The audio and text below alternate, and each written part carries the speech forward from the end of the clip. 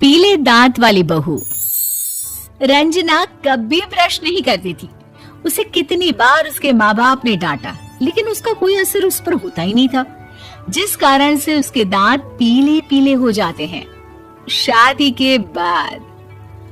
अरे बहू, वैसे तो तुझ में कोई कमी नहीं है, पर तेरे दांत इतने पीले कैसे हैं बेटा?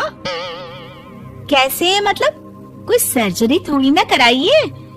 वो तो क्या नाम, मैं ब्रश नहीं करती थी तो पीले हो गए। अब क्या करूं? आप कहें तो लाल करवा लूं या फिर काले? यार ये क्या है, क्यों माँ से लड़ रही हो? लड़ रही हूँ?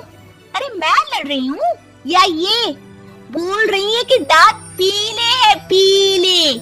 अरे तपस्या थोड़ी ना की है इन्हें पीले करने के लिए। बकायदा ब्रश नहीं किया है 20 साल तक, तब जाकर।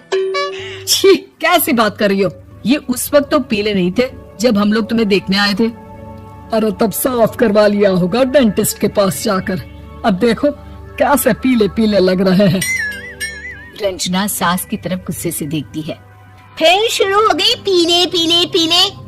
अरे पीले तो तब भी थे जब मेरे हाथ का रसगुल्ला उड़ा उड़ा कर खा रही थी और बोल रही थी, लड़की नहीं गुणों का खजाना दे रहे भाई साहब आप। खैर अब वो लोग करते भी तो क्या करते, पीले दांत वाली बहू पल्ले पड़ी थी तो झेलना तो था ही। एक दिन कीर्तन में रंजना गाना गा रही थी। अरे कमला बहन, माँ का द्वार है, यहाँ तो सब शुद्ध होकर आते हैं, फिर अपनी बहू को ब्रश भी नहीं करवाती तुम। दूर से पीले पीले दांत भक्ति में बाधा उत्पन्न कर रहे हैं। अरे कोई 2 साल के बच्चे थोड़ी ना लेकर आई हूँ मैं बहू बनाकर। अच्छी खासी लड़की है, अरे कैसे करवाऊं ब्रश? ये तो उसे खुद करना चाहिए ना।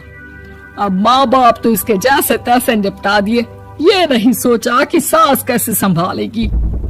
सास बहू को लेकर घर आ जाती है, लेकिन सोच लेती है कि अब इसे लेकर कहीं नहीं जाएगी। अगले रोज बहू कहती है, अरे क्या हो गया, मंदिर नहीं जाना क्या? कीर्तन का वक्त हो रहा है। मेरी मधुर वाणी से कान्हा जी जागते हैं और सोते हैं। आप तो जानती है ना उनकी भक्ति में कितना मन लगता है मेरा। वो क्या है ना, तबीयत ठीक नहीं लग रही है मेरी, आराम करूंगी मैं। तबीयत ठीक नहीं लग रही?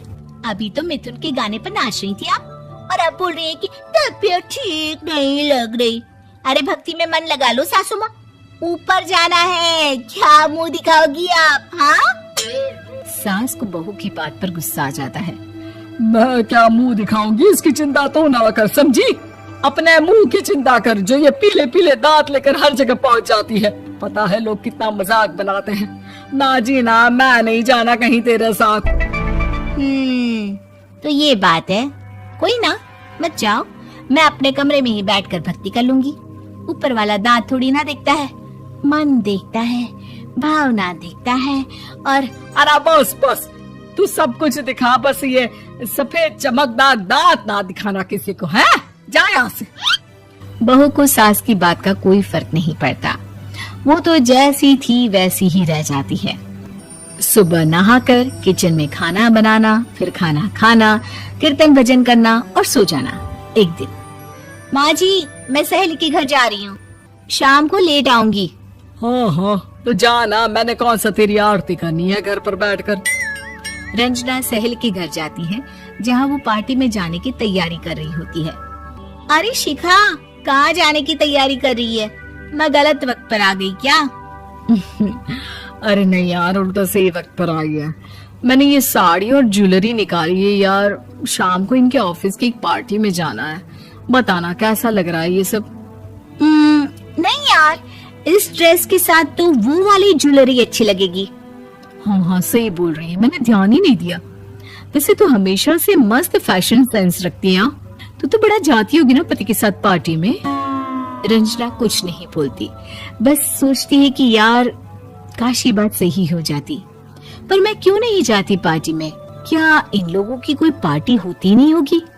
रंजना घर आती है और रात में पति से सवाल करती है, एक बात बताइए, आप मुझे किसी पार्टी में क्यों नहीं ले जाते? क्या आपकी यहाँ ऑफिस में पार्टी नहीं होती? पति बेचारा क्या कहता कि दांत पीले हैं तुम्हारे इसलिए। अरे कोई पार्टी होती नहीं हम लोगों के ऑफिस में, तो कहाँ से लेकर जाऊं? और मार्केट, मॉल, कहीं वीकेंड घूमना, कहीं तो। अरे यार सारे हफ्ते में एक छुट्टी मिलती है, तो सोचता हूँ कि आराम ही कर लूं। क्यों? रंजना मन मार के रह जाती है। पहले कभी सास के साथ मंदिर जाया करती थी, लेकिन वो भी सास ने ले जाना बंद कर दिया। घर बैठी बैठी रंजना बोर हो जाती है। तभी उसे आइडिया आता है और वो मायके जाने का सोचती है।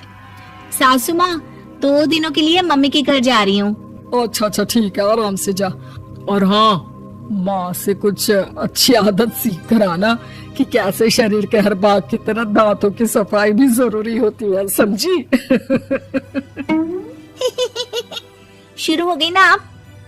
वो लोग आपकी तरह नहीं है कि छोटी छोटी बात का बतंगड़ बना दे। उन लोगों के लिए मैं मायने रखती हूँ, ना कि मेरे पीले पीले दांत। रंजना माँ को बिना बताए उन लोगों को सरप्राइज देती है, लेकिन जैसे ही वो दरवाजे पर पहुंचती है, अंदर देखती है कि घर वाले कहीं जा रहे होते हैं।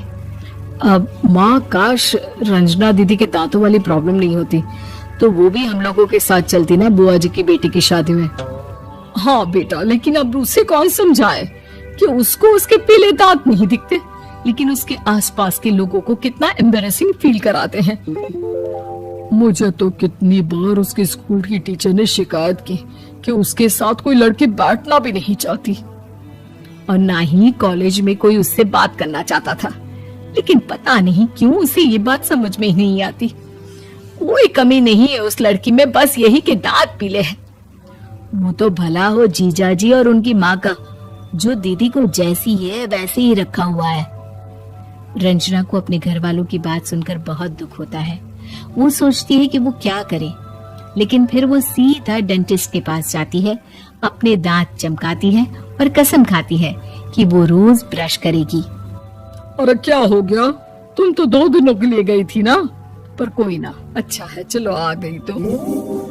रंजना सास के सामने आकर खड़ी हो जाती है और पूरी स्माइल करती है, उसके चमकदार दांतों को दिखाती हुई। हाँ? चले मंदिर। माँ, मुझे माफ कर दीजिए, मैंने आप लोगों को बहुत एम्बैरेसिंग फील करवाया। मैं आज से रोज ब्रश करूंगी।